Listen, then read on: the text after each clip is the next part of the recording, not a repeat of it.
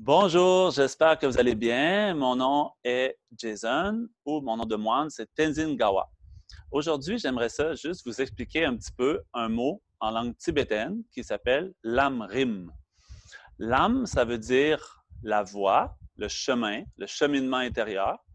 Rim, ça veut dire les étapes.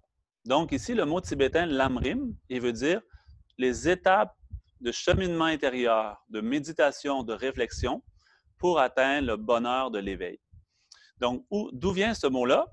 Donc, à l'origine, c'est sûr que l'enseignement bouddhiste, de la philosophie bouddhiste, vient d'un maître indien qui s'appelle Siddhartha Gautama. Donc, lui est venu en Inde il y a plus de 2500 ans et qui a donné son enseignement après lui-même, après avoir lui-même médité, avoir cheminé intérieurement et atteint l'éveil. Et ensuite, il a expliqué aux autres comment atteindre cet éveil-là. Donc, son enseignement comprend plusieurs niveaux. C'est très vaste, c'est très profond.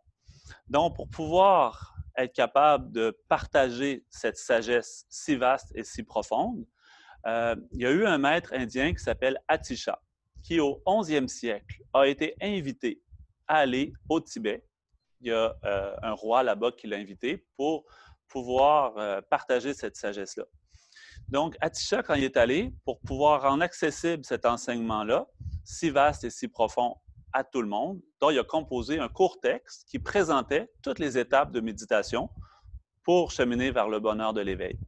Et après, cet enseignement-là est devenu très apprécié, très populaire, de sorte que pendant des siècles au Tibet, il a été pratiqué, il a été commenté, il a été expliqué, développé, etc.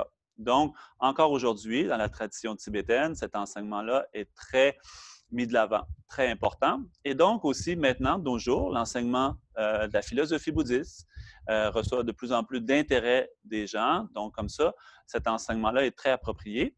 C'est pour ça justement qu'au Centre Paramita, on s'en sert. Donc c'est vraiment ça qu'on va partager avec les gens, l'enseignement du Lamrim. Donc le Lamrim en tant que tel, l'enseignement de toute la philosophie bouddhiste comprend plusieurs sujets. Entre autres, qu'est-ce que c'est la précieuse vie humaine? Comment reconnaître c'est quoi cette chance-là qu'on a d'avoir la précieuse vie humaine. Ensuite, l'impermanence. Aussi, c'est quoi le karma? Comment fonctionne le karma? Aussi, les 4 nobles vérités. Comment les utiliser pour notre chemin de libération intérieure. Ensuite, développer la compassion, l'amour pour tous les êtres sensibles.